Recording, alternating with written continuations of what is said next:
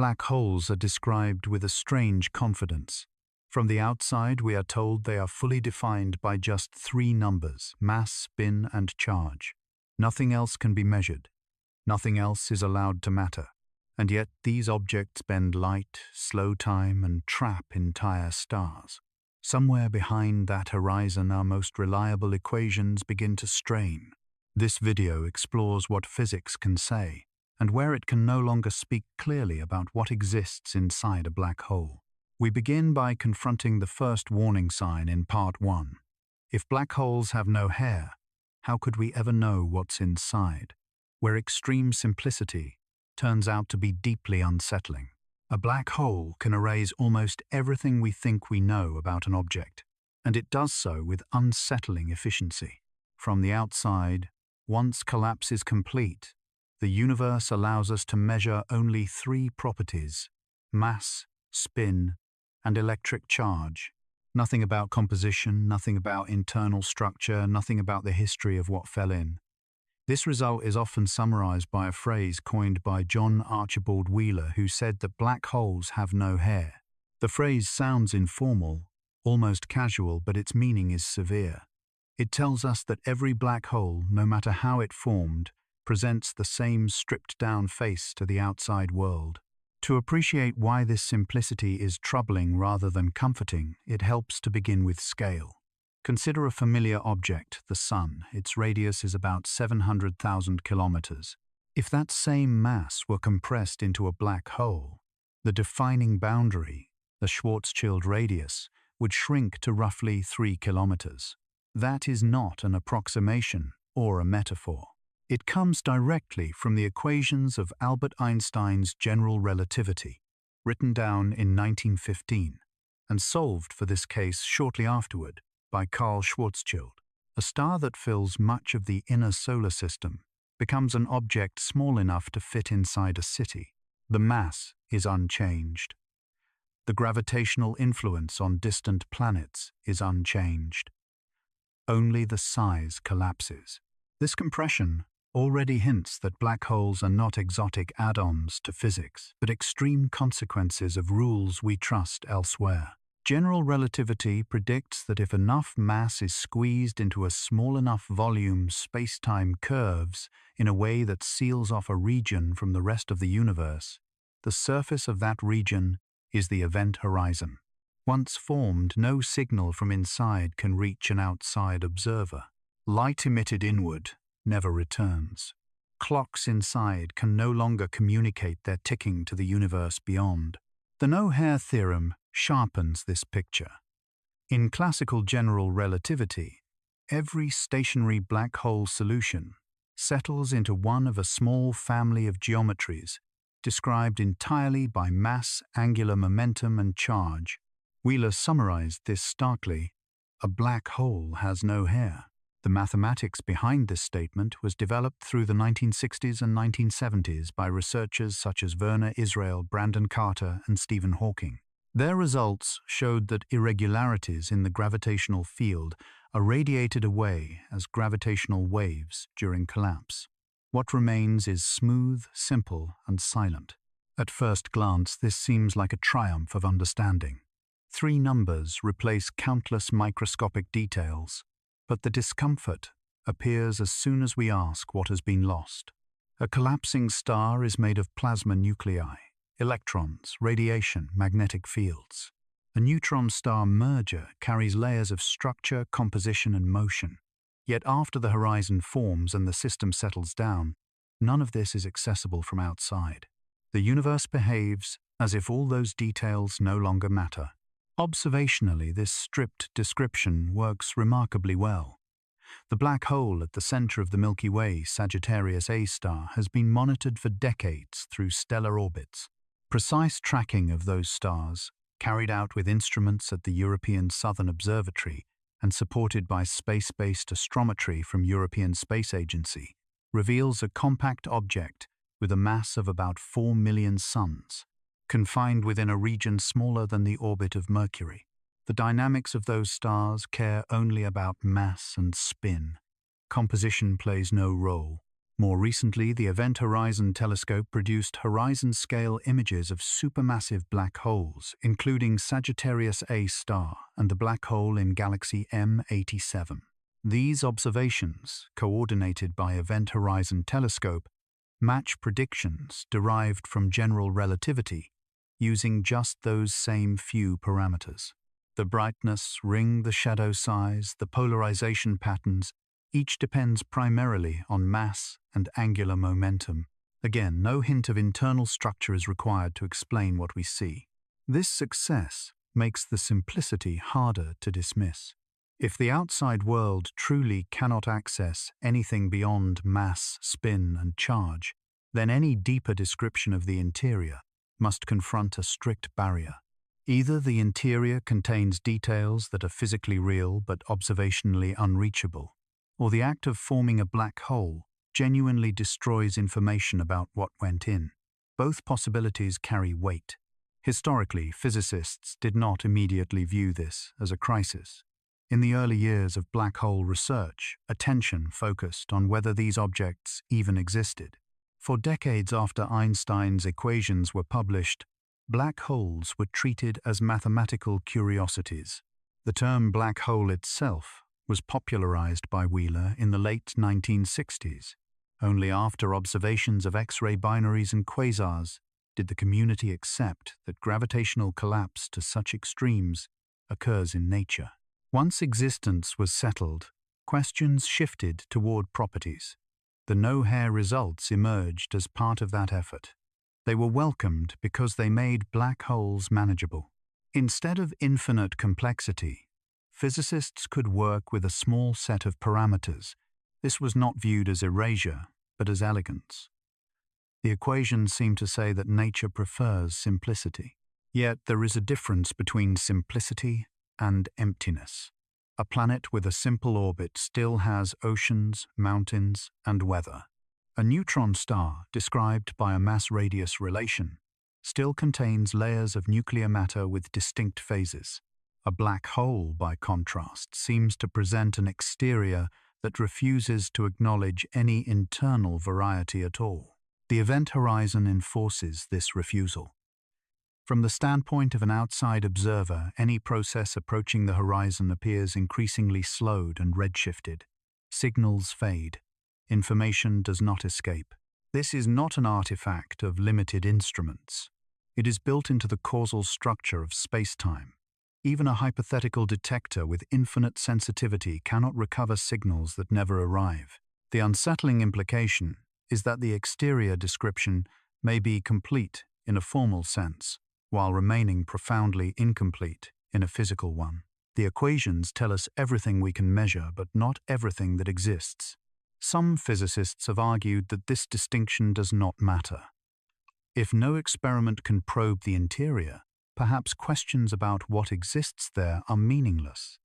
But this stance has limits. Physics does not usually discard internal structure, simply because it is hidden. The interior of Earth was studied long before direct sampling, using seismic waves and indirect inference. Atomic nuclei were understood before they were directly resolved. In each case, inaccessibility motivated theory rather than ending it. Black holes resist this approach because the horizon blocks not just current technology, but all possible signals governed by known physics. There are no seismic waves from inside a black hole. No photons, no neutrinos, no gravitational waves generated after formation. The silence is complete. This is why Wheeler's phrase functions as a warning sign. It tells us that classical general relativity, taken at face value, compresses all external knowledge of a black hole into 3 numbers and then stops. The theory remains internally consistent, but it offers no guidance on what replaces the lost information. Even within general relativity, hints of strain appear. The Schwarzschild radius of 3 kilometers for a solar mass black hole is not just small. It implies densities far beyond anything encountered elsewhere. Compressing the Sun's mass into that volume yields average densities exceeding nuclear matter. At such extremes, quantum effects are expected to matter. Yet, the no-hair theorem is a classical result. It does not know about quantum fields, particle creation, or microscopic degrees of freedom. Modern observations reinforce this tension, rather than easing it. Data from NASA James Webb Space Telescope and ground-based gravitational wave detectors confirm that black holes behave externally, exactly as general relativity predicts. Binary mergers detected by LIGO and Virgo show ring-down signals consistent with simple black hole modes. Those signals depend on mass and spin, not on composition. The universe seems to insist on the boldness. This insistence raises a challenge that cannot be ignored. If black holes truly erase all distinguishable traces of what formed them, then physics faces a choice. Either information about the interior continues to exist in a form that is inaccessible but real, or the formation of a black hole marks a genuine loss of physical description. Both options cut against principles that have guided physics for centuries. For now, it helps to stay with what physics can genuinely support with confidence. At this stage, we are standing on ground where theory and observation still agree. Up to this point, the picture is built from results physics understands extremely well. The no-hair theorem is not a guess or a narrative convenience. It follows directly from equations that have been tested repeatedly across decades of work. The Schwarzschild radius is not symbolic or abstract. It is a precise physical scale fixed by mass and fundamental constants and consistently confirmed by observation. This framework performs remarkably well, and yet its very success quietly reveals where its reach begins to end. Once the exterior has been reduced to just 3 measurable quantities, and once the horizon fully seals itself off from the outside, something basic remains unsettled. If every observable feature has been stripped away, what if anything can still exist beyond that boundary? And if something does remain by, what physical rules could it possibly behave? Part 2. Do you really freeze at the event horizon, or is that a trick of time? One observer can watch you approach a black hole and insist with complete confidence that you never cross the horizon, while you yourself pass through, without hesitation, and both descriptions follow the same laws of physics. This is not a disagreement caused by faulty instruments or human perception. It is built into the structure of spacetime itself, and it forces us to confront a difficult idea. Events do not unfold according to a single shared clock that the universe agrees on. The scene is often described in simple terms. A distant astronomer trains a powerful telescope on a compact object and watches a spacecraft fall toward the event horizon. At first, everything looks ordinary. The spacecraft accelerates its signals, arrive regularly, and its clock appears to tick only slightly slower than the astronomer's own. But as the craft descends deeper into the gravitational field, something changes. Each signal takes longer to arrive. Each pulse of light is stretched toward longer wavelengths. The craft seems to slow, not because its engines fail, but because time itself behaves differently near the horizon. This effect, known as gravitational time dilation, is one of the clearest predictions of general relativity. It was not discovered in the context of black holes, but much closer to home. In 1971, physicists flew atomic clocks aboard commercial aircraft and compared them with clocks that remained on the ground. When reunited, the clocks disagreed by precisely the amount predicted by Einstein's theory.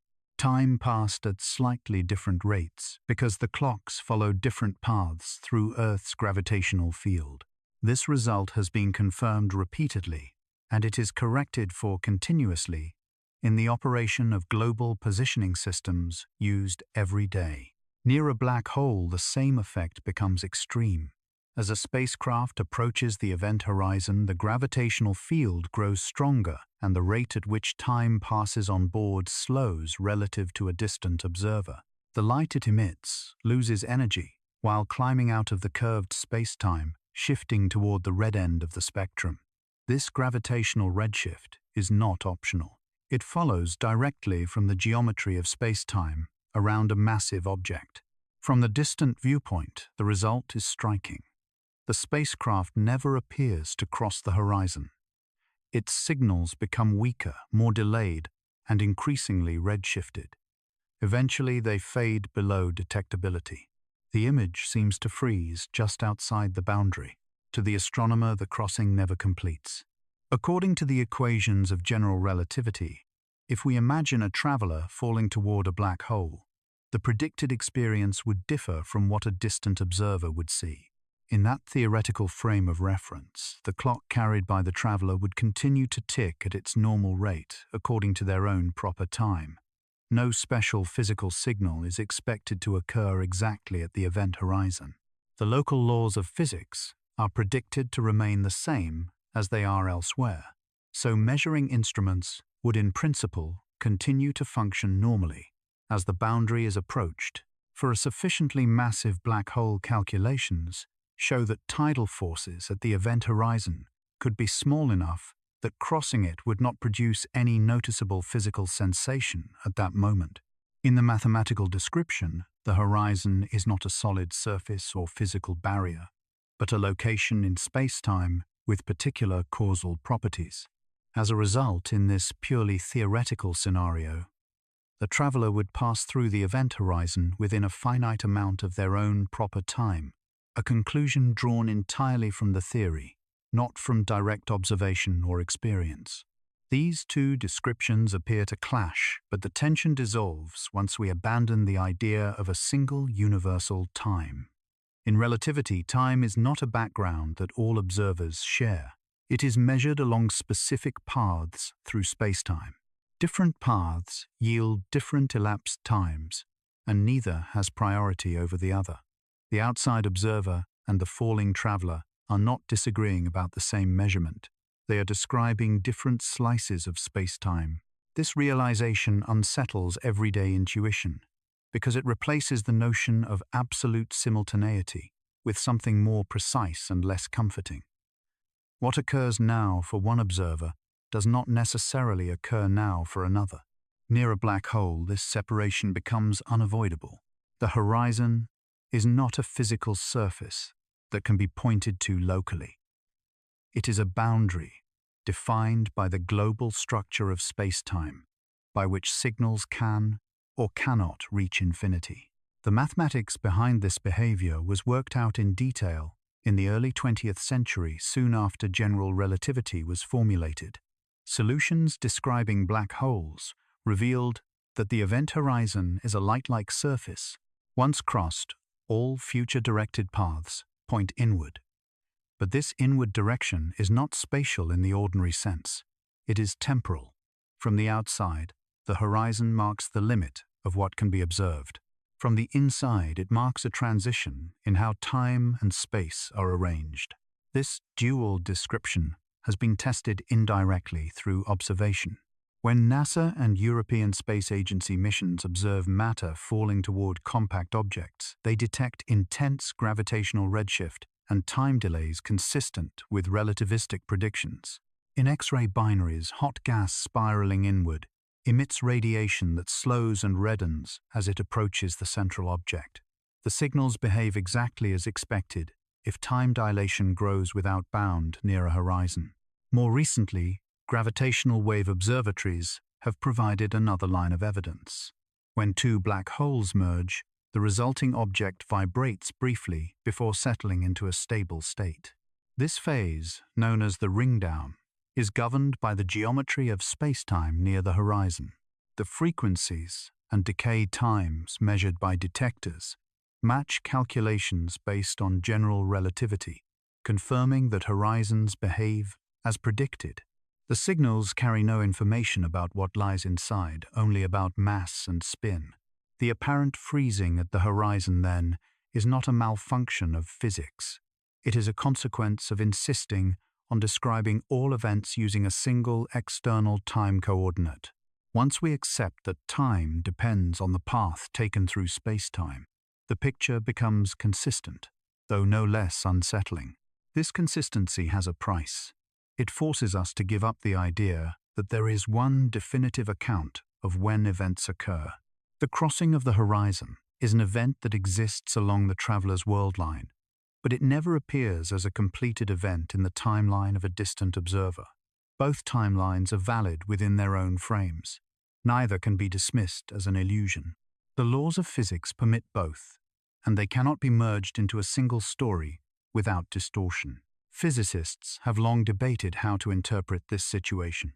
Some have emphasized that no contradiction arises because no observer can compare notes across the horizon.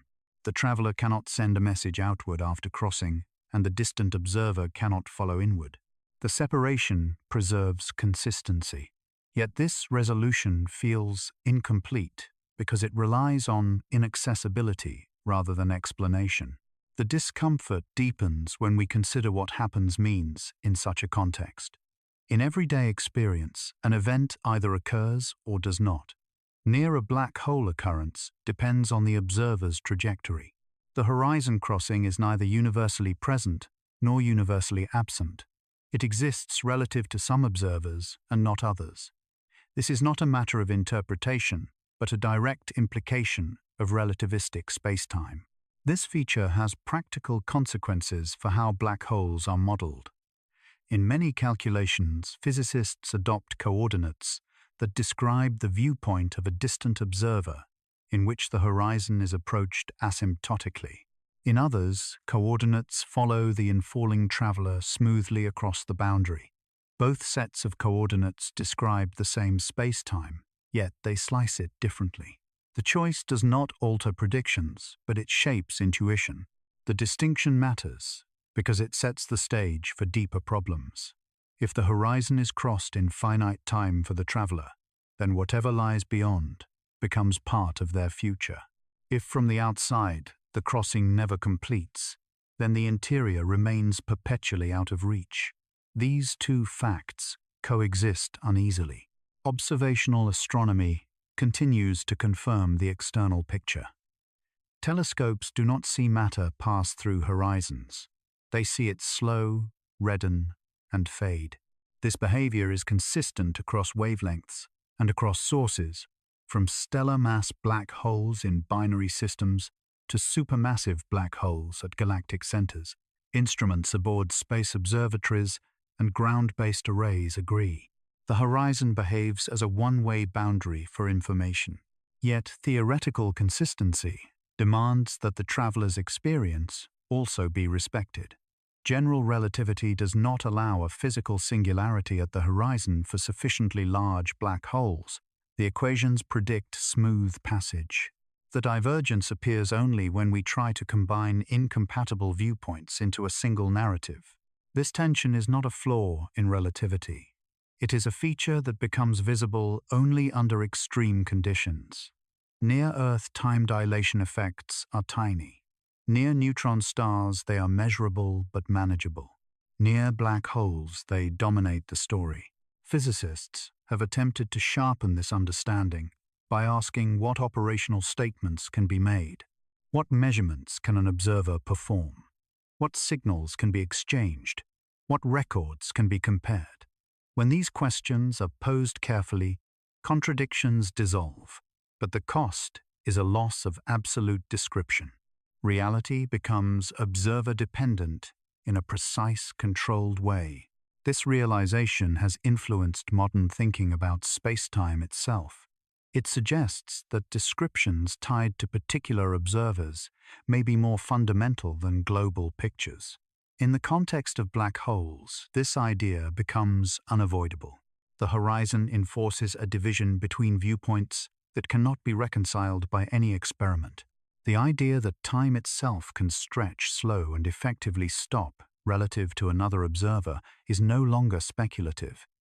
It is embedded in technologies used every day and confirmed by observations across the universe. Black holes simply magnify this effect to its limit. They reveal that the order of events is not fixed by the universe as a whole, but by the paths taken within it. When two lawful descriptions disagree so completely about whether a crossing ever occurs, something deeper than coordinates is at stake. The horizon stops being just a boundary in space.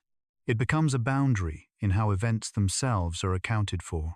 Once that boundary alters what it even means for something to happen, the issue of what lies beyond it does not fade with time.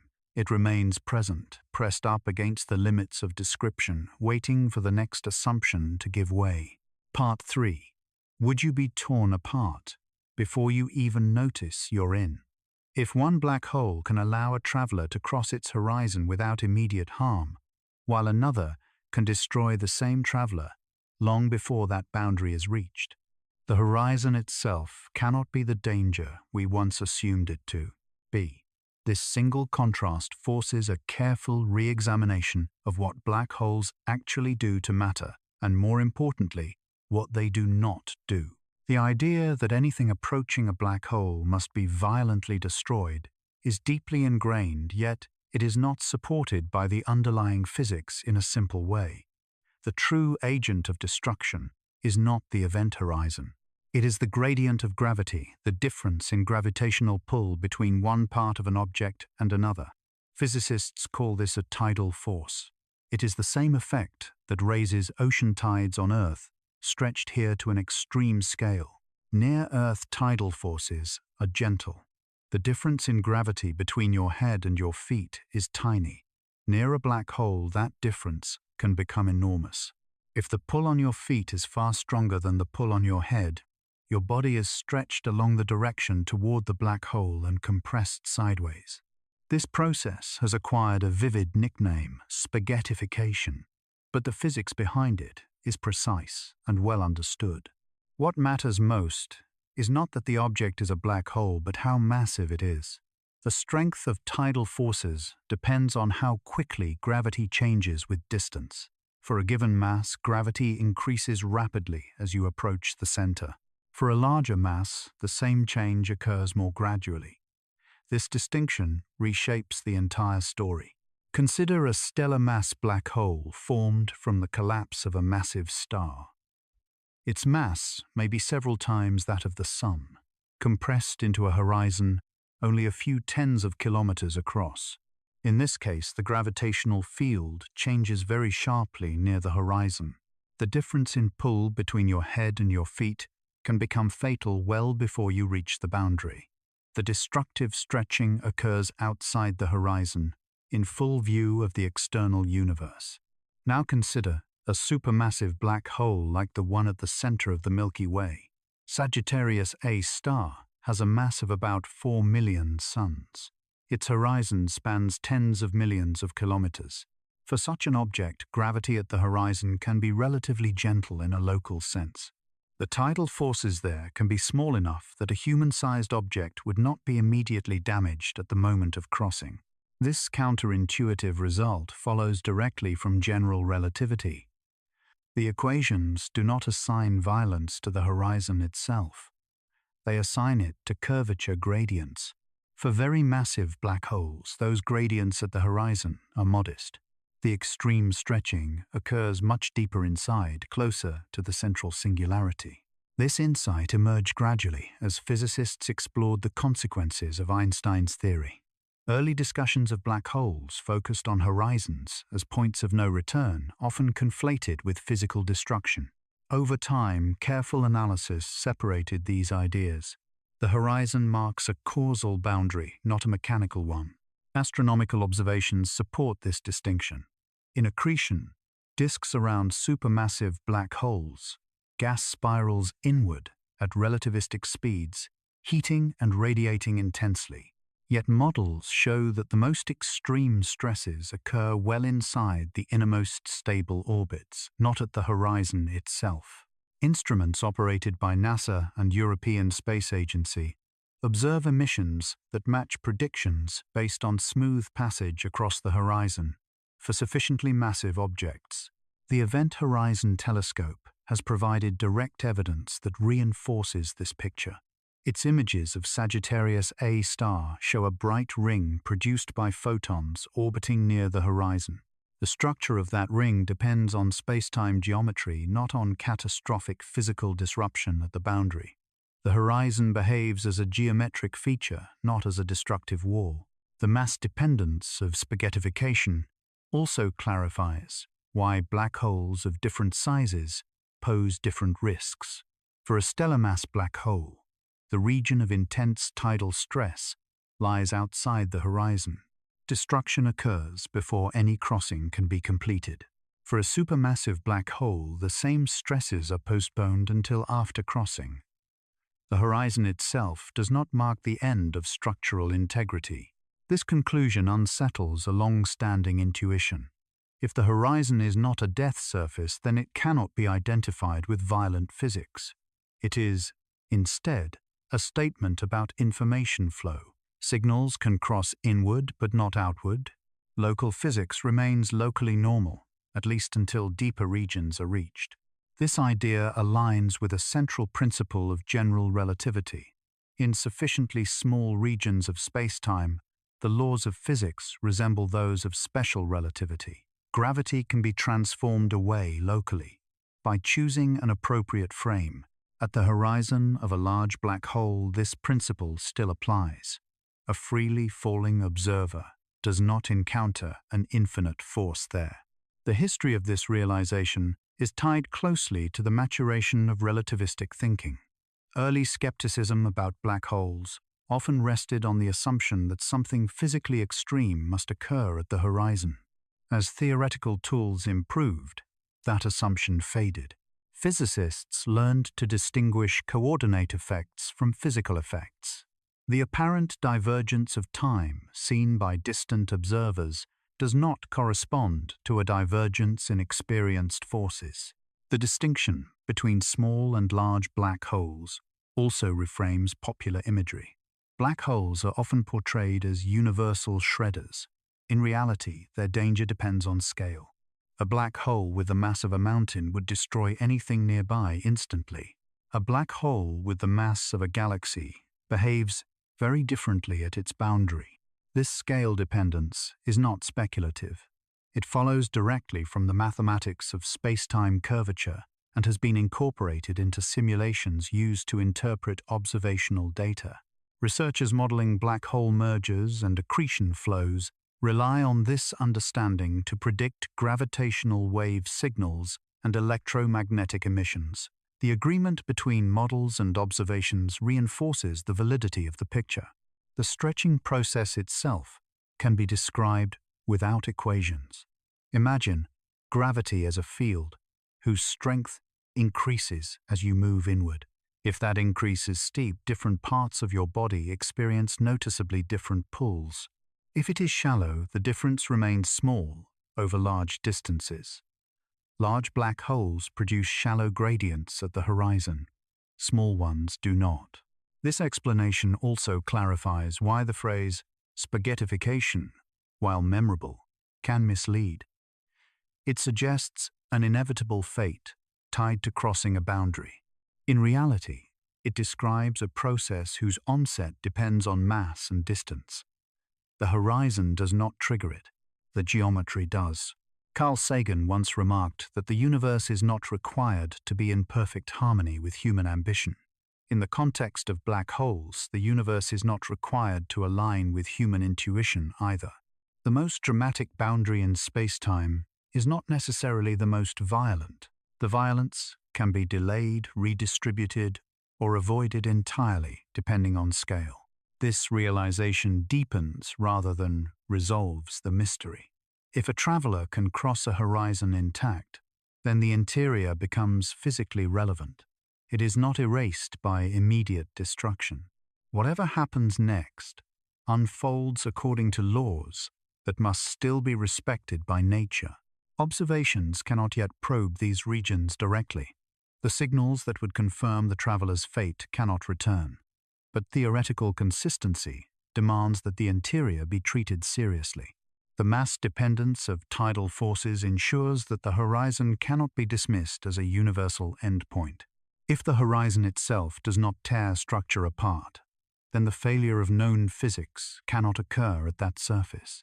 It must take place deeper inside, at conditions not yet reached by the crossing. Once destruction is delayed, rather than immediate attention shifts inward. What matters is no longer the act of crossing, but the rules that continue to operate afterward. Whatever governs the interior must remain consistent long after the horizon has been passed. Part 4. Inside the horizon is forward, the same as toward the center. If every possible future you can move toward now points inward, then the center of a black hole is no longer a destination you choose, but a path, direction time itself carries you toward. This single shift overturns the most basic expectations about motion, direction, and control, and it happens not at the singularity, but immediately after crossing the horizon. Outside, a black hole motion works as expected. You can move left or right, inward or outward, faster or slower. Space provides options. Time advances, independently marking change as you move through locations. Inside the horizon, general relativity rearranges this familiar structure. The geometry of space-time changes in a precise and unavoidable way. It is a direct consequence of how space-time is shaped by extreme gravity.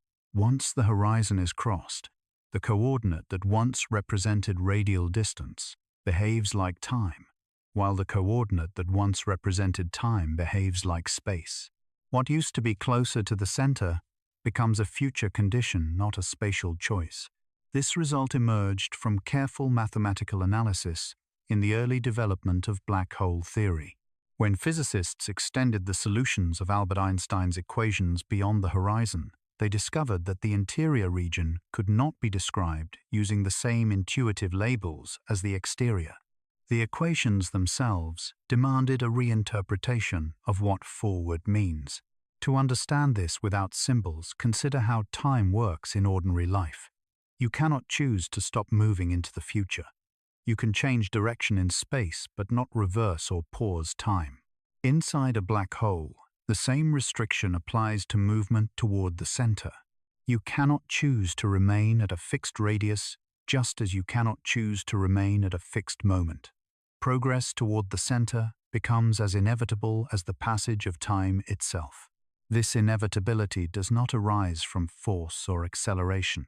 A freely falling observer inside the horizon feels no engine pushing them inward.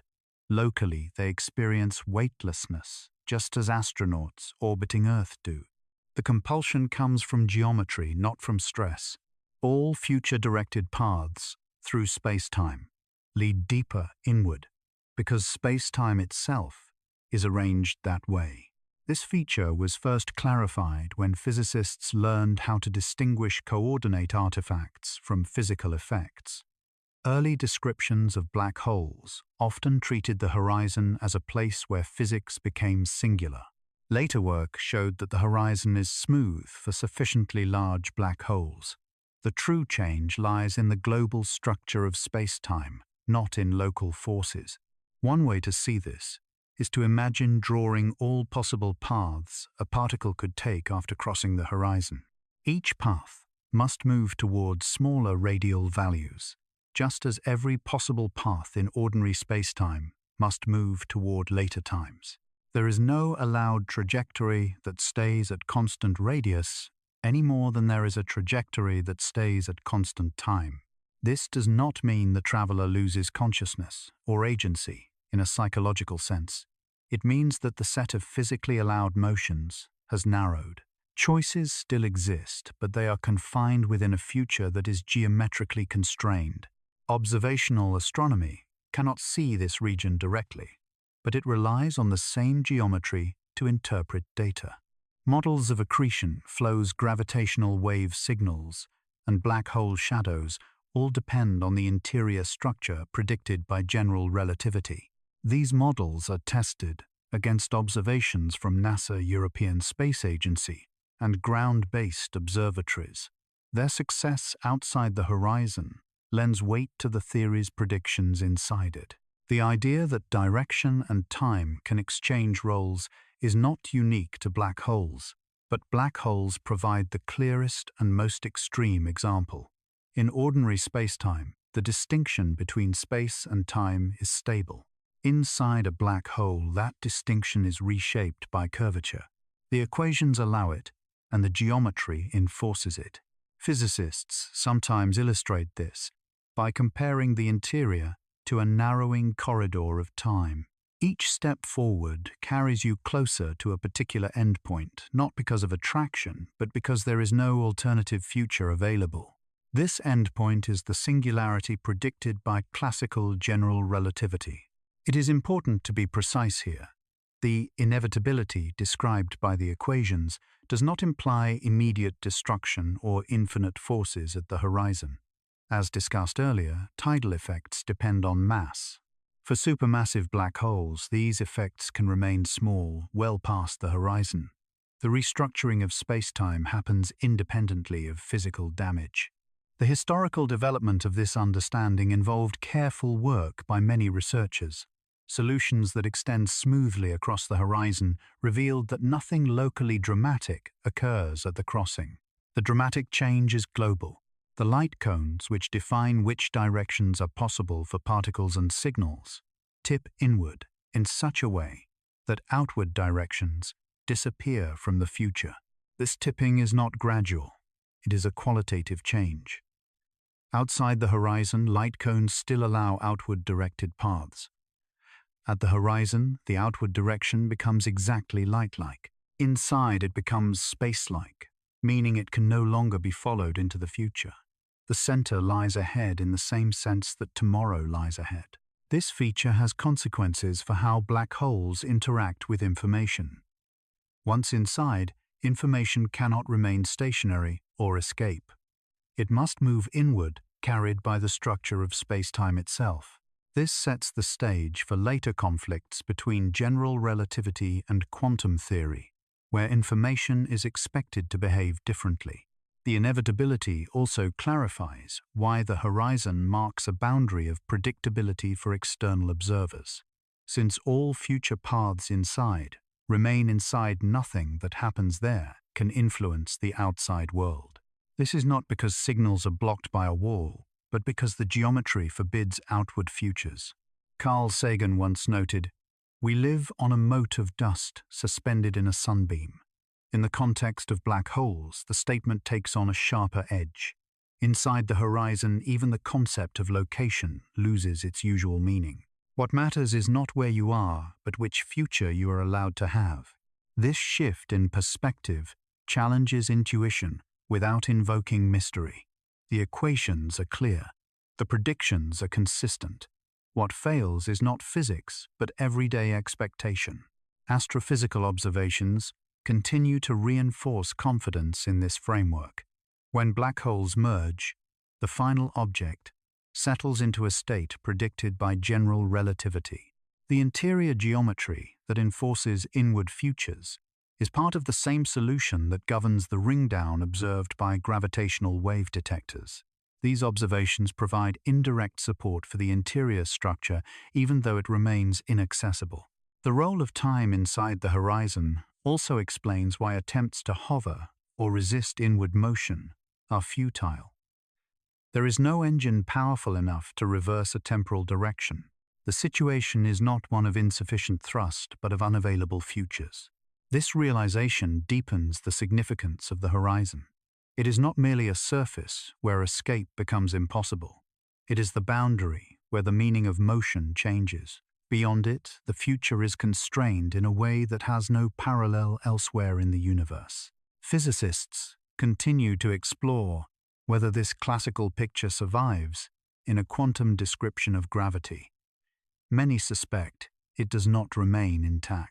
But until such a theory is confirmed, the interior described by general relativity stands as the most precise account available. If motion inside the horizon no longer allows choice of direction, then the interior is no longer navigated in space, but progressed through in time. Every future-directed path points the same way, not by preference but by geometry. Once that structure is fixed, the endpoint of those paths is not something one approaches or avoids. It is simply where all allowable trajectories terminate. At that stage, the focus can no longer remain on motion or survival. What matters instead is the nature of that termination itself. Part 5. Is the singularity a real thing? or just a sign. Our equations have quit.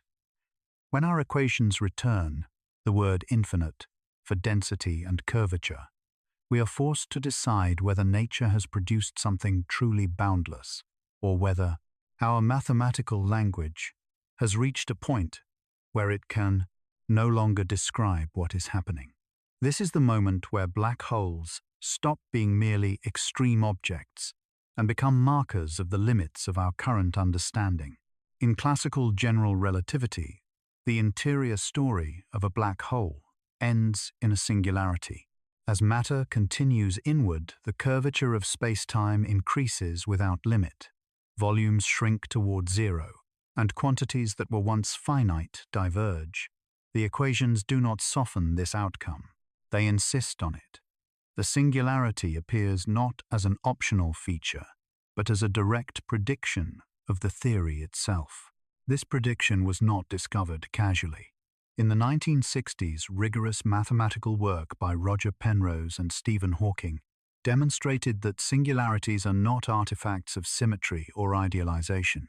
Under very general conditions, gravitational collapse leads inevitably to regions where spacetime cannot be extended in a smooth way. These results are known as the singularity theorems. They do not describe what a singularity is made of. They describe something more unsettling. They show that general relativity predicts its own failure. This distinction matters. An infinite density is not something that can be measured. An infinite curvature is not a physical reading one could ever extract from an instrument. Infinities in physics usually signal that a description has been pushed beyond its domain of validity. They are warnings, not answers. We have encountered this before in other areas of science. In classical electromagnetism, early models predicted infinite self-energy for point charges. The resolution did not involve accepting infinite energy as real. It required a deeper framework, quantum electrodynamics, which replaced the problematic assumptions. In fluid dynamics, equations predict singular behavior at shock fronts. Yet real fluids resolve these features through molecular physics. In each case, the infinity marked the edge of applicability. The singularity at the center of a black hole plays a similar role. General relativity treats space-time as a smooth continuum. It does not include quantum effects. As curvature grows, the characteristic length scales shrink toward regimes where quantum behavior cannot be ignored. The theory continues to speak, but it is speaking beyond its authority. Observations support the parts of the theory leading up to this boundary. Black hole masses, spins, horizons, and mergers are all described accurately by general relativity. Data from NASA, European Space Agency, and gravitational wave observatories confirm predictions with remarkable precision. The problem does not arise in regions we can observe. It arises only when the theory is extended to its logical endpoint. Inside the horizon, the geometry forces all future-directed paths toward decreasing volume. As discussed earlier, this inward progression is unavoidable. As it continues, tidal forces increase and the curvature grows. The equations report that at a finite amount of proper time after crossing the horizon, the traveler reaches a boundary where space-time ends, not because of impact, but because the mathematical structure no longer extends. This endpoint is what we call the singularity. It is not a place in space. It is not an object sitting at the center. It is a limit of description. The equations cannot tell us what happens there because they no longer apply. This is where caution is essential. Popular accounts often speak of singularities as infinitely dense points or infinitely small objects. Such language can mislead. Physics has no operational meaning for an infinite value. No experiment can confirm it. What the equations truly say is more restrained. They say that under classical assumptions, space-time becomes incomplete. Paths end. Predictability stops. This incompleteness was one of the reasons Albert Einstein himself was uneasy about black holes. He did not accept singularities as physical realities. He viewed them as signs that a more complete theory was needed. History has largely supported this instinct. Whenever a theory predicts infinities, it has eventually been replaced or extended. Modern research treats the singularity not as a final answer, but as a target for new physics. Approaches to quantum gravity, including loop quantum gravity and string theory, aim to describe spacetime at scales where general relativity fails. These theories suggest that the classical picture of a singularity may be replaced by something finite structured or extended in ways we do not yet fully understand. Some models propose that quantum effects could halt collapse before infinite curvature is reached, producing a highly compressed but finite core. Others suggest that space-time undergoes a transition, replacing the singularity with a different phase of geometry. None of these ideas have been confirmed experimentally, but they share a common motivation. They treat the singularity as a signpost, not as a literal entity. Astronomy cannot directly probe these regimes. Signals from inside the horizon cannot reach us. Even indirect signatures are difficult to isolate. Yet the success of general relativity outside the horizon makes its failure inside more significant, not less. A theory that works so well elsewhere is unlikely to simply collapse into nonsense at small scales. More likely, it is incomplete. The history of physics offers guidance here. Newtonian gravity predicted infinite forces at zero separation. It worked extraordinarily well within its domain, yet it was not the final word. General relativity replaced it by reshaping the concept of gravity itself. Few physicists expect general relativity to be the final description of spacetime either. Stephen Hawking captured this tension clearly when he said, "The singularities are where the laws of physics break down." This statement is often quoted, but its meaning is sometimes overlooked. He was not claiming that nature breaks. He was stating that our laws do. The singularity also raises a profound issue for predictability. Physics has long rested on the idea that given initial conditions, the future can be determined. Singularities disrupt this chain. Once a path ends, there is no rule within the theory for what comes next. This is not a philosophical problem. It is a practical one. A theory that cannot extend trajectories loses its predictive power. This loss is tightly linked to the absence of quantum effects in general relativity. At extremely small scales, energy fluctuations, particle creation, and uncertainty become important. A purely classical geometry cannot account for them. The singularity marks the point where ignoring these effects becomes untenable. Observationally, black holes continue to behave as expected outside this region. The Event Horizon Telescope images, gravitational wave detections, and stellar dynamics all reinforce confidence in the theory up to the horizon and beyond. The singularity remains hidden not just behind the horizon, but behind the limits of the theory itself. This separation is crucial.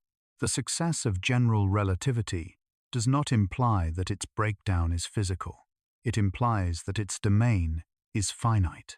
Accepting this does not weaken the theory. It strengthens it by clarifying where new physics is required. The role of the singularity in black hole physics mirrors its role in cosmology. When general relativity is applied backward to the early universe, it predicts an initial singularity. Most cosmologists interpret this not as a literal beginning of infinite density, but as the boundary beyond which a quantum description of space-time becomes necessary. The same reasoning applies here. In both cases, the equations remain reliable until they clearly announce their own limits. The singularity is that announcement. It is not an object to be discovered, but a message to be understood. This perspective reshapes how we think about what exists inside a black hole. If the classical endpoint is not physically real, then the interior may not culminate in an infinite object at all. Instead, it may transition into a regime governed by laws we have not yet confirmed. For now, the singularity remains a placeholder. It marks where our current description stops. It does not tell us what replaces it. That uncertainty is not a weakness. It is an invitation to extend our understanding. If general relativity predicts its own failure at the singularity, then gravity alone cannot provide a complete account of what a black hole contains. Any description that remains consistent at those scales must also account for quantum principles. Once quantum effects are allowed into the interior, the picture changes fundamentally. Matter, energy, and information can no longer be treated as passive quantities carried inward without consequence. Their behavior must be addressed directly within a framework where space-time itself is subject to quantum limits. Part 6. If nothing escapes, why do black holes leak away? If nothing can escape a black hole, and if the horizon truly seals the interior from the rest of the universe, then the idea that a black hole can slowly fade away is not just surprising, it strikes at the core of how we thought gravity worked. This tension did not emerge from speculation or observation, but from a careful calculation that forced two successful theories to speak to each other in an unfamiliar way. In the mid-1970s, Stephen Hawking asked a question that few had considered seriously. What happens to quantum fields in the curved space-time near a black hole horizon? At the time, black holes were widely regarded as permanent objects. Once formed, they could grow by accreting matter, but they could never shrink. The horizon was treated as a perfect one-way surface. What crossed it was gone forever. Hawking did not challenge this picture directly. He accepted the classical geometry of the black hole as described by general relativity. The novelty came from adding quantum field theory on top of that fixed background. This approach is known as semi-classical gravity. Space-time remains classical, while matter and fields obey quantum rules. The result was unexpected and unsettling. When quantum fields are analyzed near the horizon, the vacuum itself behaves differently than it does in flat space. Even in the absence of particles, falling in the region near the horizon is not empty in the quantum sense. It is filled with fluctuations, temporary excitations that appear and disappear according to the rules of quantum theory. In ordinary space, these fluctuations average out without consequence. Near a horizon, the geometry changes how they are sorted. Some fluctuations straddle the boundary between inside and outside. The horizon divides what would normally be paired behavior into separated outcomes. One part of a fluctuation can fall inward, while the other escapes to infinity. From the outside, this process appears as radiation emitted by the black hole. The spectrum of this radiation is thermal. It depends only on the mass, spin, and charge of the black hole, not on the details of what formed it. This was the first shock. A black hole behaves like a hot object with a well-defined temperature. Hawking summarized this outcome with characteristic clarity when he said, "Black holes ain't so black." The statement was concise, but its implications were vast. If black holes radiate, they lose energy. If they lose energy, their mass decreases. If their mass decreases, the horizon shrinks. Given enough time, a black hole can evaporate completely. The temperature of this radiation depends on mass. Large black holes are extremely cold. A black hole with the mass of the Sun has a temperature far below that of the cosmic microwave background. It absorbs more radiation than it emits. Only very small black holes would radiate significantly. For supermassive black holes, the process is extraordinarily slow. This detail matters because it shows why Hawking radiation has not been observed directly. It is not because the effect is speculative. It is because nature has made it difficult to detect. Observatories operated by NASA and European Space Agency are not designed to measure temperatures this low from distant sources. The prediction stands on theoretical consistency rather than direct detection. What makes the result compelling is not observation, but coherence. Hawking's calculation respects both general relativity and quantum field theory within their shared domain. It does not require new assumptions. It follows from applying known rules in a new setting. The radiation itself does not come from inside the black hole. This point is often misunderstood. Nothing escapes from within the horizon. The particles detected at infinity originate from the region just outside it. The energy carried away by the radiation is balanced by a decrease in the black hole's mass. The bookkeeping works precisely, yet this precision introduces a deeper tension. The radiation is thermal. It appears random. It does not seem to encode detailed information about what fell into the black hole. As the black hole evaporates, the matter that once formed it is never seen again.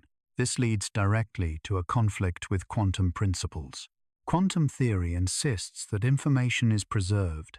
The evolution of a system is reversible at a fundamental level. Thermal radiation, by contrast, appears to erase information.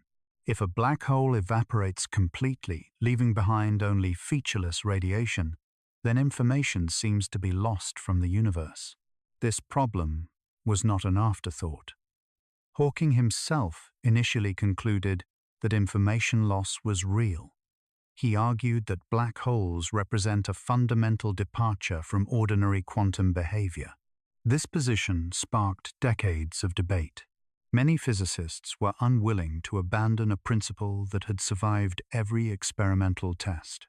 The evaporation process also changes how black holes fit into cosmic history. They are no longer eternal endpoints.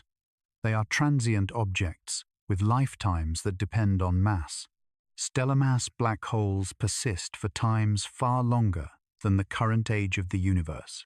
Supermassive black holes persist even longer. But the principle remains. Given sufficient time, all black holes disappear. This realization reshapes the meaning of the horizon. It is not a permanent boundary. It is a surface that slowly contracts. The interior volume shrinks. The future predicted by classical general relativity is altered by quantum effects. The historical context of this discovery adds to its impact. Hawking was working at a time when black hole physics was still consolidating. The singularity theorems had recently been established. Horizons were being taken seriously as physical features. Introducing radiation into this picture forced physicists to reconsider assumptions they had only just accepted.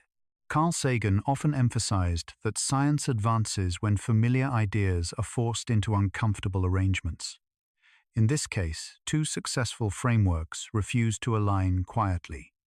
The discomfort was productive. It revealed that neither theory could be the final word on its own. Modern research has expanded on Hawking's insight.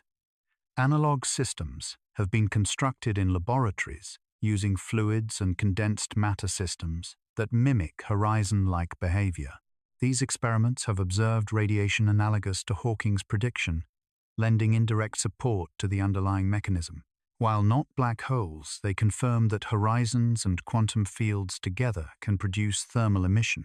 Astrophysical observations remain consistent with the idea that black holes lose mass extremely slowly. There is no contradiction with existing data. The evaporation timescale for known black holes is so long that no observable change is expected. This consistency strengthens confidence rather than weakening it. The evaporation process also forces a reassessment of what it means for something to fall into a black hole. Matter contributes mass and energy. That mass and energy eventually return to the universe as radiation. But the path is indirect, and the form is altered. This raises the central, unresolved issue. What happens to the detailed structure of the matter that fell in? The radiation seems indifferent to it. The equations that describe Hawking radiation do not track individual histories. They track averages. Physicists have proposed many resolutions.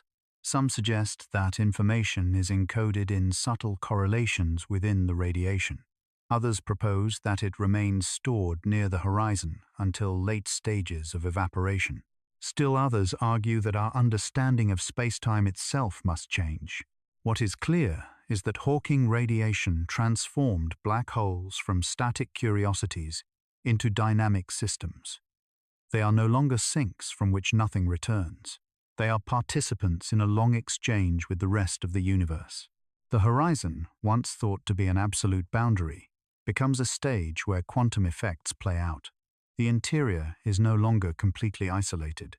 Energy leaks away even if matter does not. This leakage does not violate the rules of relativity. It respects the horizon. Nothing outruns light. Instead, it exploits the structure of the vacuum itself. The vacuum is not empty. Near a horizon, it becomes active in a way that reshapes the fate of the black hole. Hawking radiation carries away energy in a thermal form, with no obvious imprint of the matter that once fell inside. At the same time, the interior of a black hole remains causally sealed, unable to send signals back outward. Placed side by side, these two facts do not comfortably coexist.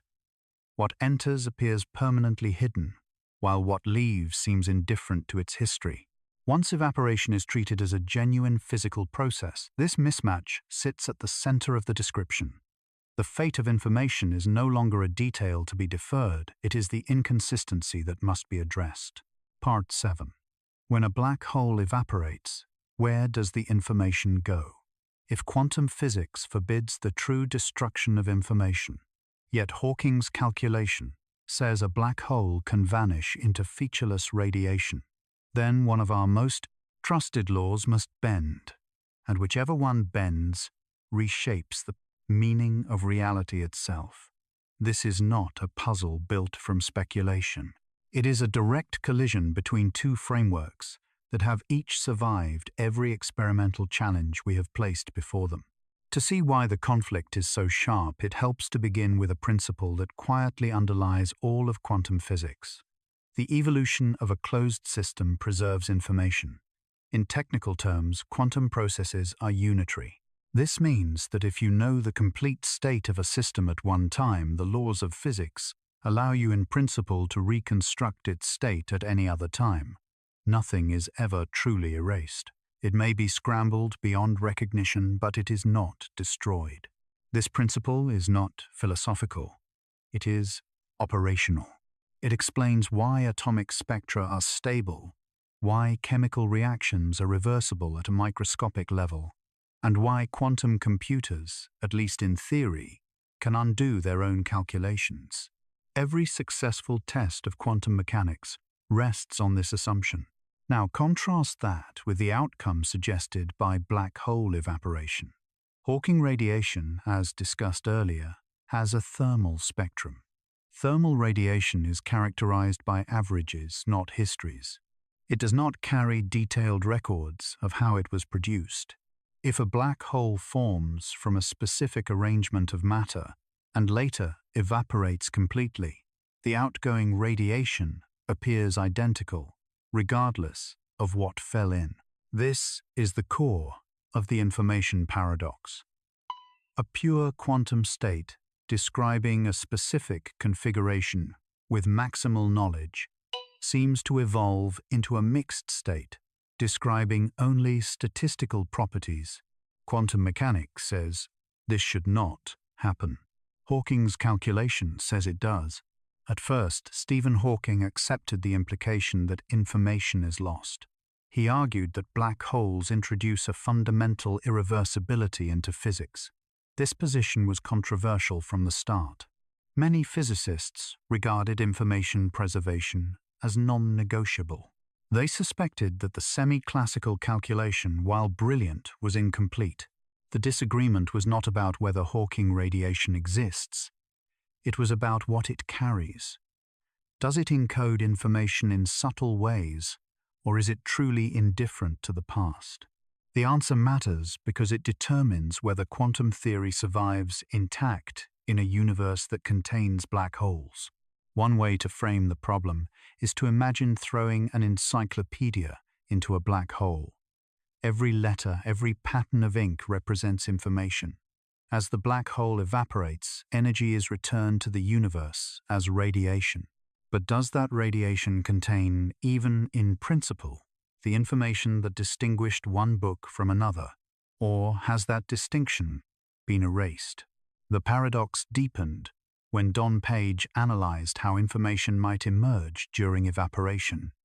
He proposed that, if information is preserved, the radiation must initially appear thermal, but later begin to reveal correlations. The entropy of the radiation would rise, reach a maximum, and then decrease as information is recovered. This behavior is now known as the Page curve. The Page curve offered a possible resolution without abandoning quantum mechanics. It suggested that Hawking's original calculation was correct early on, but incomplete at later stages. The radiation is not simply random. It is correlated in a way that becomes apparent only when a large fraction of the black hole's mass has evaporated.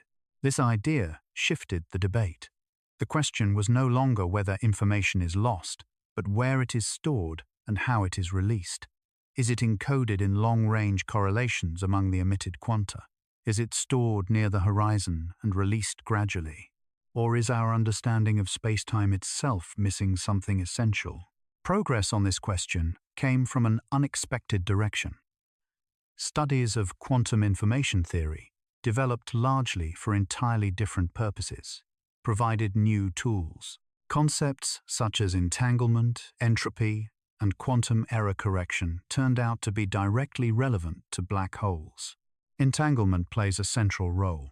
In Hawking's original picture, each emitted particle is entangled with a partner that falls into the black hole.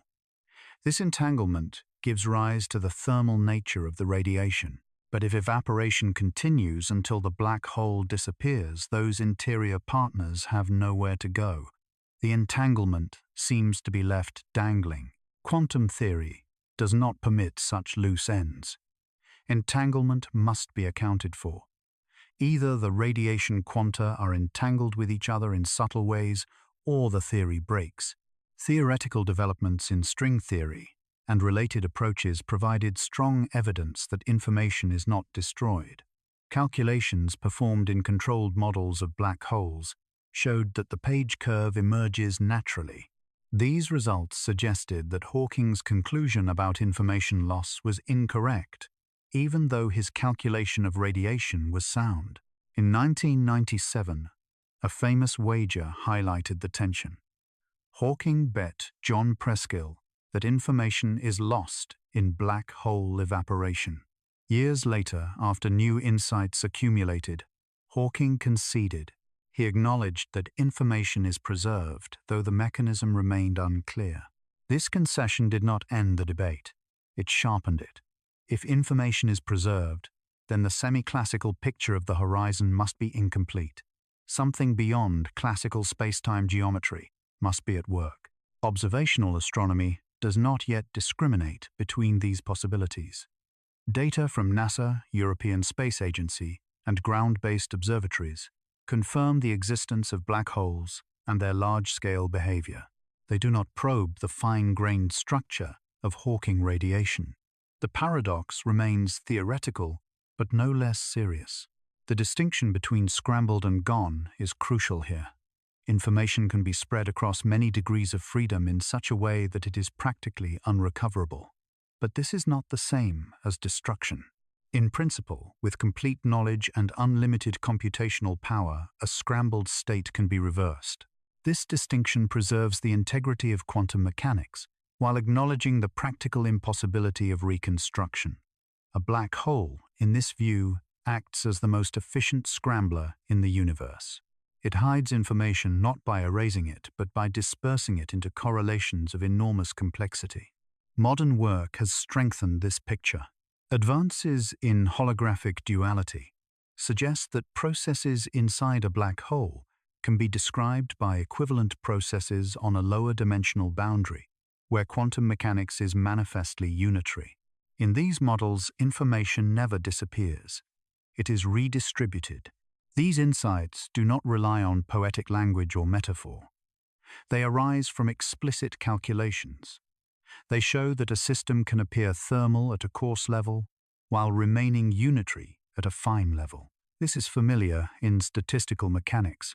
A hot gas appears random, yet its microscopic dynamics are fully deterministic. Black holes push this idea to its extreme. The horizon hides the correlations that preserve information until late stages of evaporation. Only when enough radiation has escaped do those correlations become accessible. This perspective resolves one conflict but raises others. If information escapes in correlations, then the horizon cannot be entirely featureless. It must participate in encoding information. This realization sets the stage for further tensions, including the question of whether the horizon remains smooth for infalling observers. For now, quantum mechanics insists on unitarity. General relativity treated classically appears to allow information loss. Evidence from theoretical models strongly favors preservation, but the mechanism strains the classical picture of space-time. This is not a failure of science. It is a sign of progress. The paradox has acted as a guide pointing repeatedly toward a deeper framework where gravity and quantum theory coexist without contradiction. Information cannot be both preserved and lost. If it survives encoded in subtle correlations, then the horizon cannot remain a passive boundary. In that case, the horizon must take on an active role in how information is stored and structured. And once the horizon is no longer passive, the assumption that crossing it is uneventful is no longer guaranteed. Part 8.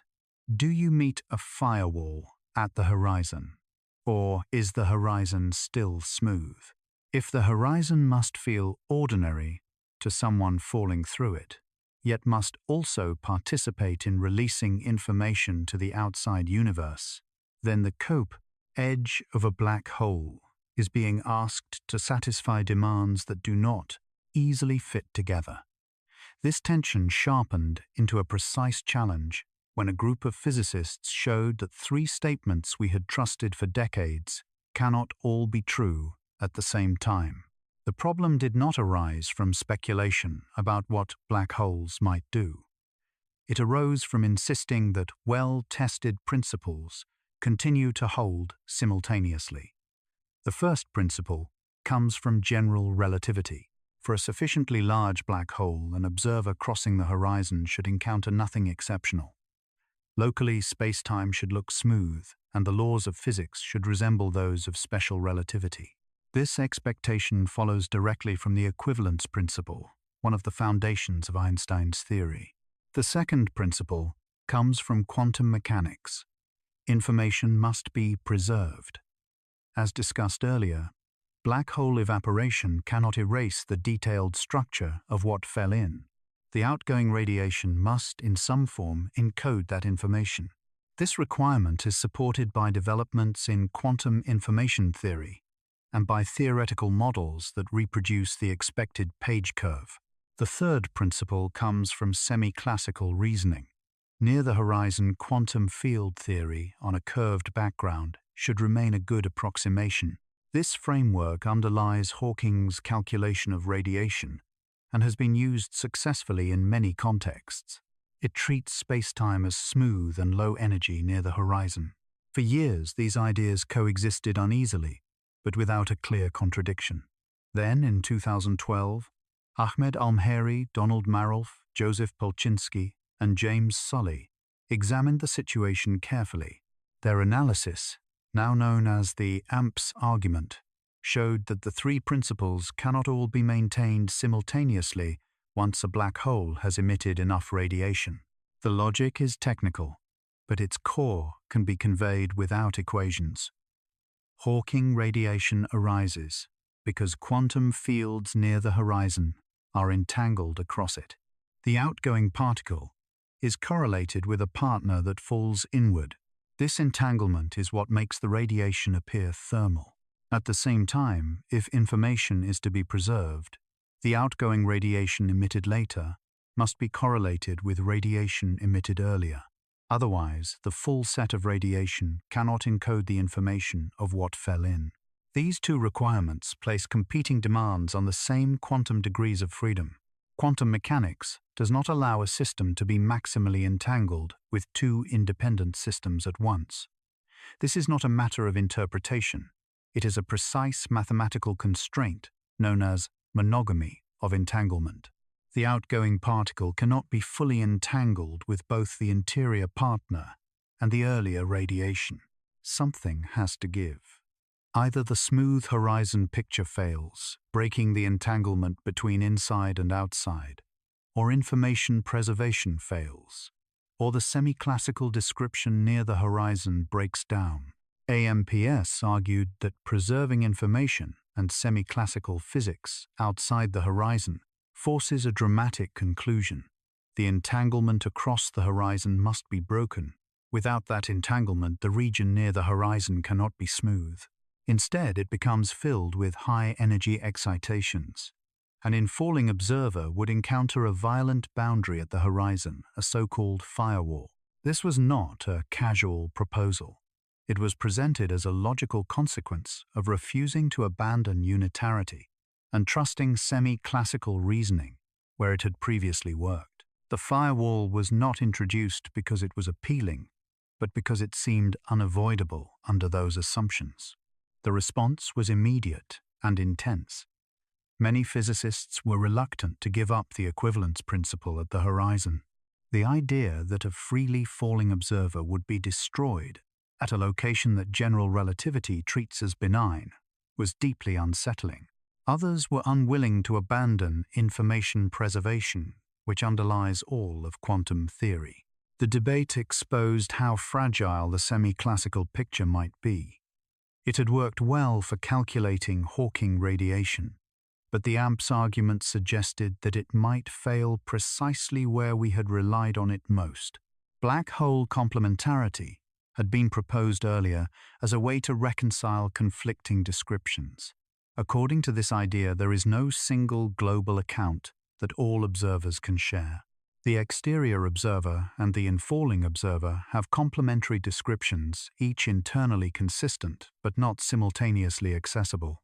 Information is reflected at the horizon in one description and passes through in another, without contradiction, because no observer can verify both. AMPS challenged this view. They argued that complementarity alone could not resolve the entanglement conflict once evaporation progresses past a certain point. The mathematics forced a sharper choice. Observational astronomy cannot currently test these ideas directly.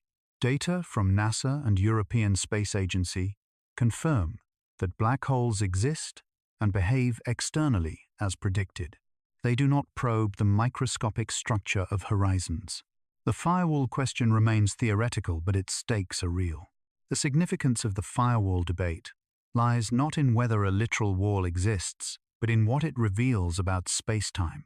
If the horizon is smooth, then information must be encoded in subtle, non-local ways that evade the semi-classical picture. If the horizon is not smooth, then one of the most trusted principles of general relativity fails in a specific and extreme context. Researchers have explored alternatives that preserve smooth horizons while maintaining unitarity. Some suggest that information is stored in long-range correlations that only become relevant at late times. Others propose that spacetime itself emerges from quantum entanglement, altering the assumptions behind the AMPS argument. Advances in holographic duality have provided partial support for these ideas. In certain theoretical models, black hole evaporation is unitary, and the horizon remains smooth, but the description of spacetime differs fundamentally from the semi-classical picture. These results suggest that the conflict identified by AMPS may be resolved by modifying our understanding of locality, rather than by introducing violent phenomena at the horizon. The firewall proposal served an important role, even if it is not the final answer. It clarified the problem. It showed that the information paradox cannot be addressed by vague appeals to unknown physics. Precise assumptions lead to precise consequences. Carl Sagan often emphasized that science advances by identifying where ideas fail under pressure. The firewall debate did exactly that.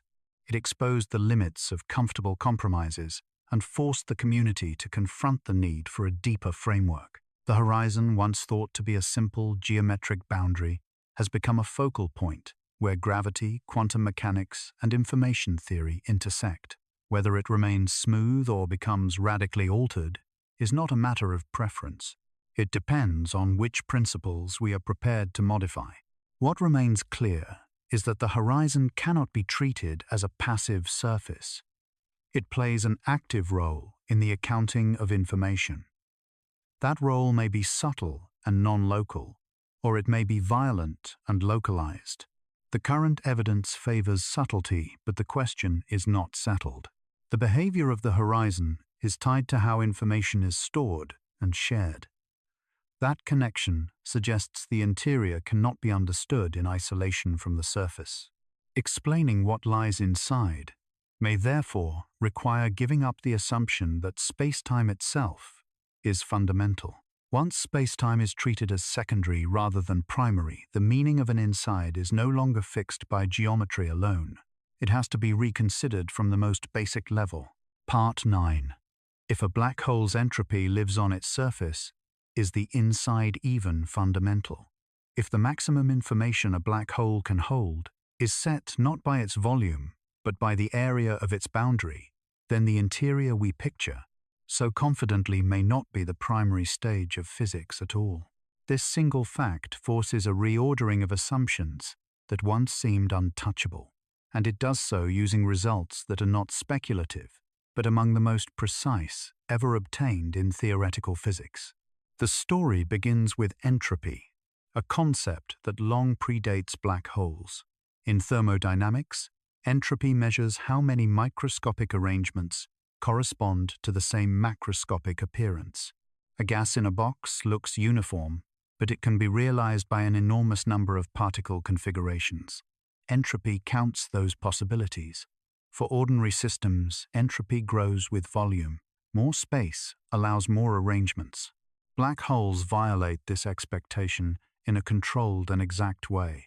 In the early 1970s, Jacob Bekenstein noticed something unsettling. If matter carrying entropy falls into a black hole, and if the black hole has no hair, then information appears to disappear from the outside world. This would violate the second law of thermodynamics, unless the black hole itself carries entropy. Bekenstein proposed a bold solution. A black hole must have entropy proportional to the area of its event horizon, not its volume, its area. This was not an aesthetic choice. It was the only way to preserve the consistency of thermodynamics. Soon after, Stephen Hawking confirmed this idea through a calculation that connected gravity, quantum fields, and thermodynamics. Hawking showed that black holes radiate with a temperature, and from that temperature, one can compute an entropy. The result matched Bekenstein's proposal exactly. The entropy of a black hole is proportional to the area of its horizon divided by fundamental constants. This relationship is now known as the Bekenstein-Hawking area law. It is not approximate, it is precise. It is one of the few formulas in physics that combine gravity, quantum theory, and thermodynamics in a single expression. The implications are severe.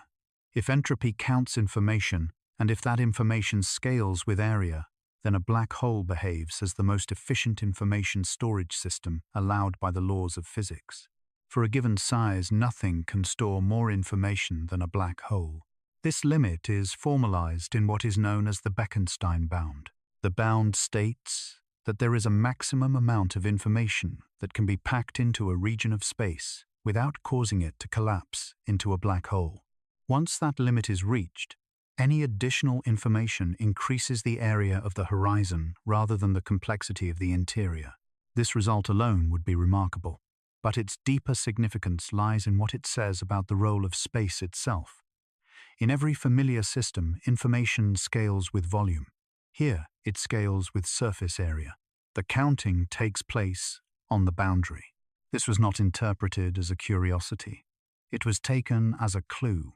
If the degrees of freedom of a black hole live on its horizon, then the interior may not contain independent information at all.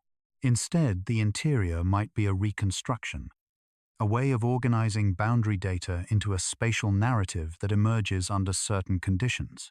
This idea matured into what is now called the holographic principle. The principle proposes that a region of space can be fully described by information encoded on its boundary with one fewer dimension. The interior description is not fundamental. It is derived. This proposal was sharpened by Gerard Hooft and later developed extensively by Leonard Susskind. It was motivated not by philosophy, but by the bookkeeping demanded by black hole entropy. Black holes were not behaving like ordinary objects. They were behaving like boundaries that know everything about what they enclose. Observational astronomy does not measure entropy directly, but it supports the framework in which these ideas operate. Data from NASA and European Space Agency confirm that black holes grow and merge in ways consistent with area increase. When two black holes collide, the area of the resulting horizon is larger than the sum of the original areas. This mirrors the second law of thermodynamics and reinforces the interpretation of area as entropy. The Event Horizon Telescope has provided additional support by directly imaging horizon-scale structures. The size of the shadow depends on the geometry predicted by general relativity, and that geometry determines the horizon area.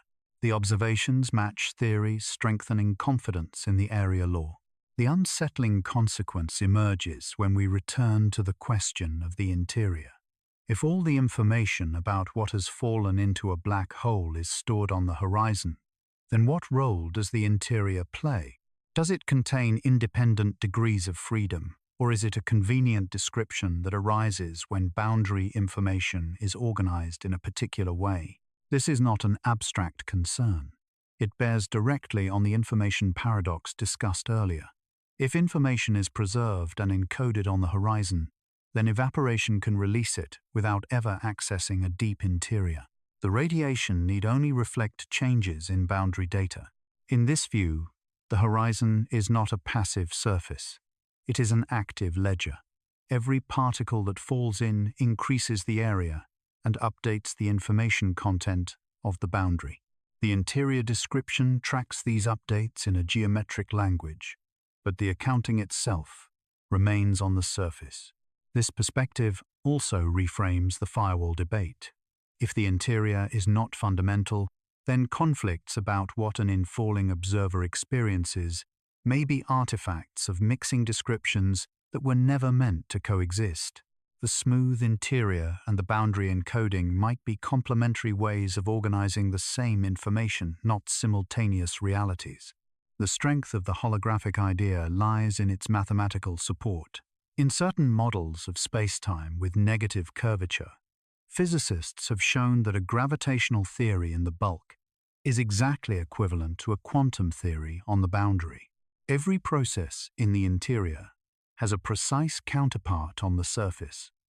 Information is manifestly preserved.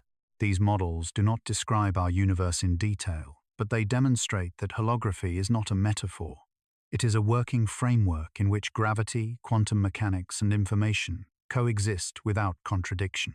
The area law also explains why attempts to localize information deep inside a black hole run into trouble. If information were truly volumetric, entropy would scale with volume. The area law forbids this. It tells us that adding information inevitably increases the size of the boundary. This restriction is not arbitrary. It arises from the requirement that no region exceed the information density that would cause gravitational collapse. The black hole is the saturation point of that requirement. Seen this way, black holes are not pathological objects. They are the most orderly objects allowed by physics. Their entropy is maximal but precisely accounted for. Nothing is hidden beyond the allowed limit. Carl Sagan often emphasized that nature is subtle but not malicious. The area law exemplifies this. It does not obscure information. It reorganizes it in a way that forces us to rethink what we mean by space. If the interior is a reconstruction, then questions about what exists inside must be asked carefully. The answer may not be a list of contents, but a description of how boundary information gives rise to an effective spatial picture. This does not mean the interior is illusory in a trivial sense. It means that its existence depends on relationships encoded elsewhere.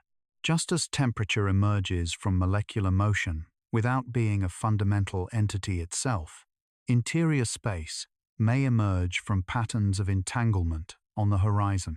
The idea that space itself could be emergent is supported by growing evidence from quantum gravity research. Entanglement appears to play a central role in holding spacetime together. When entanglement is reduced, spatial connectivity weakens. In this framework, the horizon is not just where escape ends. It is where information is organized in its most compact and complete form. The interior is a map drawn from that organization. When the interior is understood as emerging from boundary data, the way the problem is framed begins to shift. Asking what fundamentally exists inside a black hole may no longer be the right question. A more precise focus lies elsewhere in how patterns of information can give rise to the appearance of an interior in the first place. Once space itself is treated as secondary rather than fundamental, one final step remains. The issue is no longer where geometry resides, but how it comes into being. It becomes necessary to consider whether geometric structure is assembled from quantum connections rather than serving as their underlying stage. Part 10. Could the interior be built from entanglement? And if so, what actually exists there? If the structure we call space can arise from patterns of quantum entanglement, then the interior of a black hole may not be a container filled with matter at all, but a geometry assembled from relationships that have no size, no location, and no direction on their own. This idea does not come from speculation. It comes from attempts to reconcile everything we have learned about gravity information and quantum theory without discarding what has already been confirmed. Over the past decade, a striking proposal has reshaped how physicists think about black hole interiors. It is often summarized as ER equals EPR, a shorthand introduced by Juan Maldacena and Leonard Susskind. The statement connects two ideas that once seemed unrelated. Einstein-Rosen bridges describe spacetime connections, commonly called wormholes. Einstein-Podolsky-Rosen pairs describe quantum entanglement. The proposal suggests that these are not separate phenomena, but different descriptions of the same underlying structure. In this view, entanglement is not something that happens inside space. It is something from which space itself is built.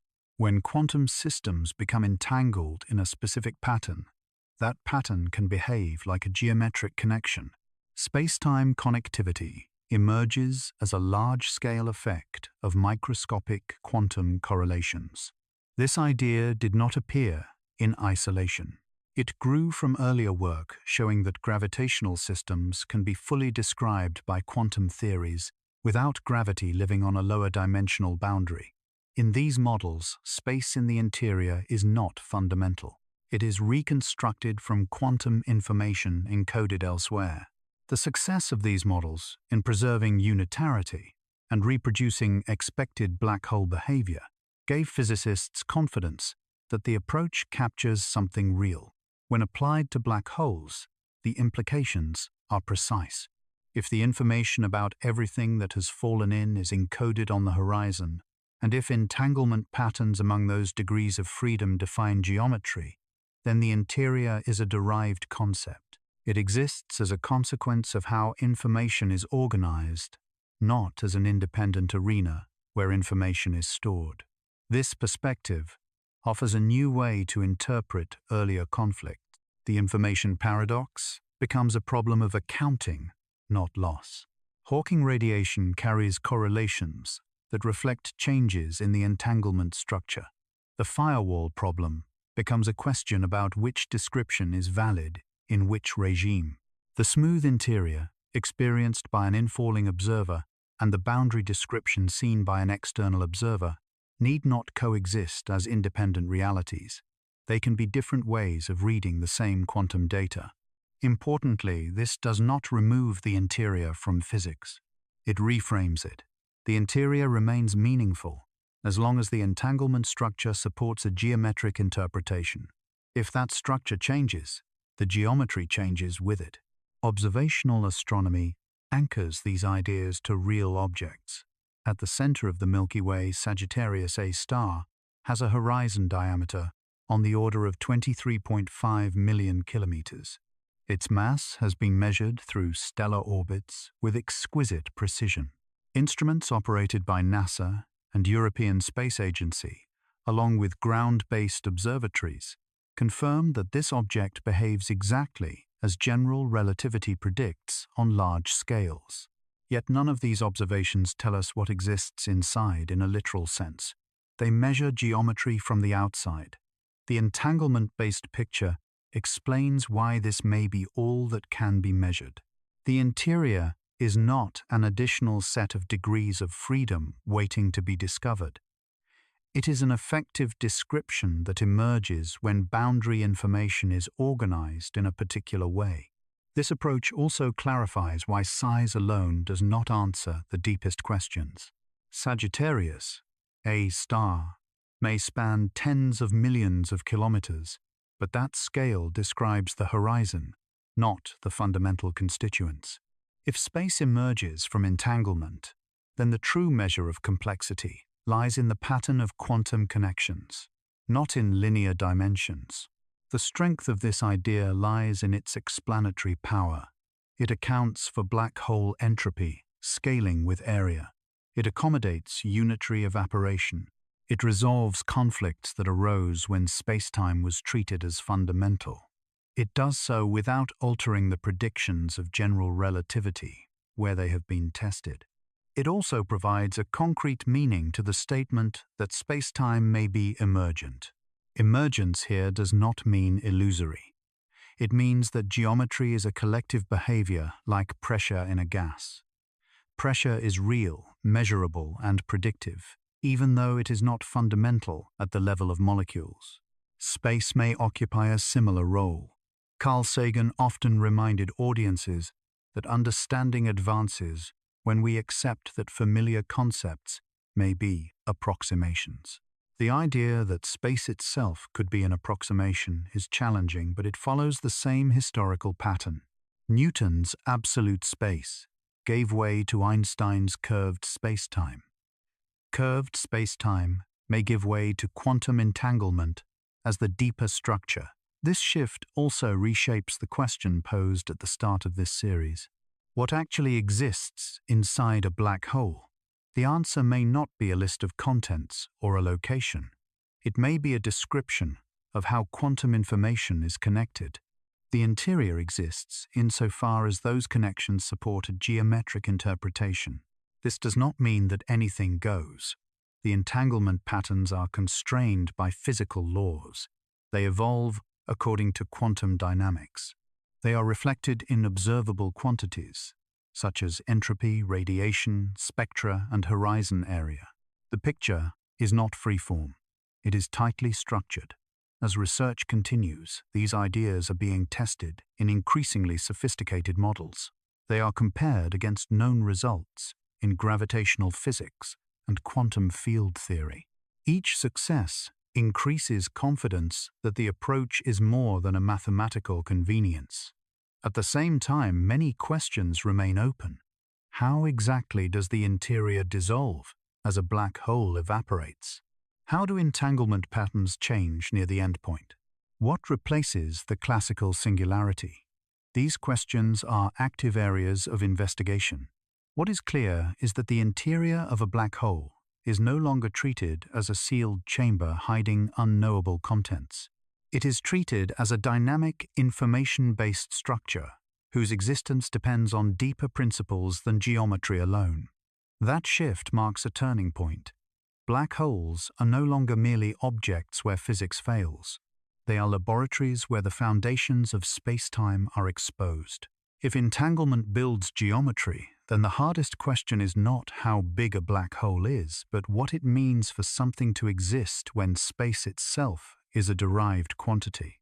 Answering that question will require patience, precision, and the same willingness to revise assumptions that has guided physics for centuries. Thank you for spending this long exploration here. following the evidence from horizons and entropy to the edge of what we currently understand. Wherever you are listening from and whatever hour has brought you to this point, I hope your night settles smoothly and brings you a restful, peaceful sleep. Good night.